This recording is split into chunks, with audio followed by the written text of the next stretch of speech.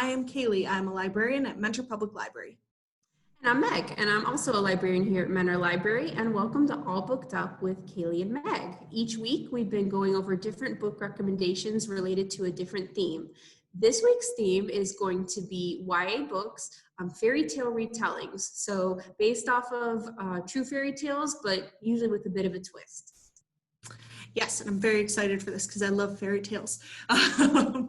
And all of the books that we talk about today are available on Libby by Overdrive and Hoopla free with your library card. You can also give us a call to have us hold them for you here at our library. So let's get going. What's your first fairy tale? Yes, so my first fairy tale retelling is called Hunted by Megan Spooner. And this is a Beauty and the Beast retelling. So yes. I love Beauty and the Beast. Yes, very good. So this one takes place in medieval Russia. So it's kind of cool. It's got some interesting folklore associated with that wasn't in the original story. Obviously, the original Beauty and the Beast story is rooted in France. So this one has a slightly different twist. The main protagonist, her name is Eva, and she lives with her sisters and father, and they kind of run this little hunting business, and he's really successful and has always instilled in them this love of hunting. So she's a pretty fierce warrior, and she loves to look for things and scavenge and hunt. But what happens is when the father's business falls through, they move back to this kind of secluded hunting cabin where they grew up. And once they move back there, the dad starts kind of acting differently. He spends more time out hunting than usual. He kind of starts acting in this obsessive behavior, and he eventually disappears. So when he disappears, Eva gets her bow and arrow and says, "I'm going to find my dad." So she goes through the woods, and she eventually finds the castle where the beast lives. And so the twist is kind of that the beast actually captures her initially because of her hunting prowess. So he kind of recruits her to hunt, and she's not the same prisoner in the usual Beauty and the Beast sense. She actually tries to kill the beast. She actually tries to hunt him. So he's a little afraid of her as well. So it's kind of a unique twist on it. I feel like the Beauty in this story has more agency than in other versions. So if you like the stronger female character, it's kind of fun in that way. And it's just a unique twist on Beauty and the Beast. I like that when they're not like damsels in distress. Yeah, exactly. She's definitely not that. So. So the first one that I have is actually based on Hans Christian Andersen's The Red Shoes. Are you familiar? Yeah, definitely. There's a cool movie from the 40s on Canopy, our online service based on it. Nice plug, Meg. Yeah. So this book is called Dark and Deepest Red by Anna-Marie McLemore. And this book jumps back to 1518 in France. And in 1518, our character is named Lala, and she is a young Romani woman. And Romani people are often called gypsies, so you might be familiar with that. And as you know, they're very looked down upon in history. And so at this point in time, Lala and her family are very much outcasts. But going through their town, there is a sort of sickness going on that causes people to dance until sometimes they fall down dead. It's uncontrollable, and this is a real thing that happened. Seriously? 1518 dancing fever. Okay. So real history. And so being Romani, one of the reasons for this sickness that the people have come up with is that there must be witchcraft or demon possession. And naturally, they turn to the sort of outcasts of society to persecute them. You see where I'm going? It's not so good. But then we also jump forward to the future. And there's actually two different characters in the future in this book, Rosella and Emile. Rosella's family are shoemakers. And they have a unique talent of sorts. Every October, there's 1 week where every pair of red shoes that they make has some sort of glimmer about it. And it usually causes the wearer to have unusual things happen, strange things. sometimes even like finding things that they thought were lost forever. And it's almost always a good thing. Yeah. This year, Rosella gets one of the pairs of red shoes, and she finds herself unable to stop dancing. And the other character in this main time, Emile, is a descendant of Lala. And he has been having vivid dreams of Lala and the things that went on back in 1518. So that's all I'm going to say, because it's a very unique story. It's a very unique story, and it kind of blends that real history of what happened in 1518 with the fantasy fairy tale that we kind of know from Andersen, and they merge in a really unique way.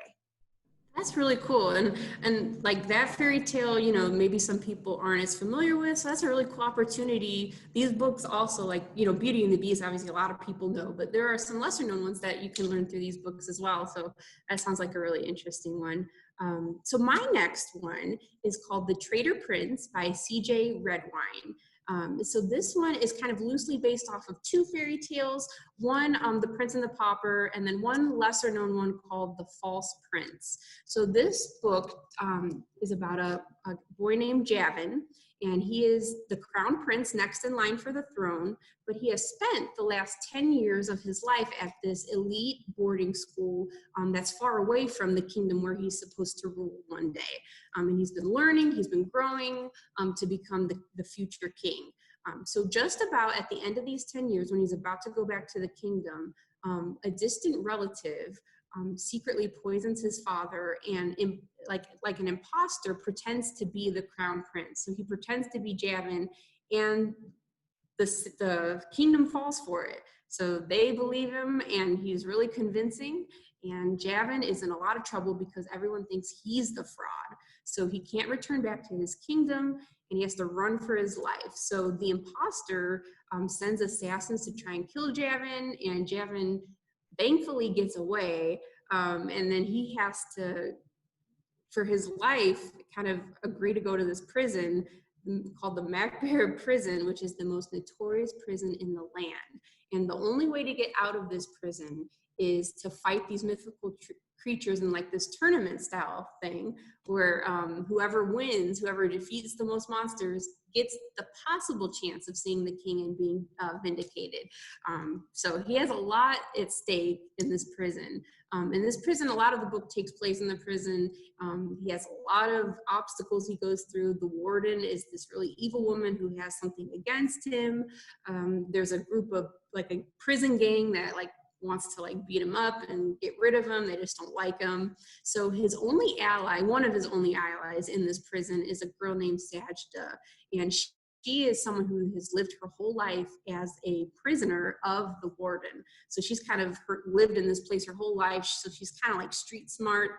She has a lot of fighting tactics that she can teach to Javin because he's been at school, so he doesn't know as much about this. So she kind of teams up with him to try and to win this battle against these mythical beasts. It's almost like a gladiator type fighting thing.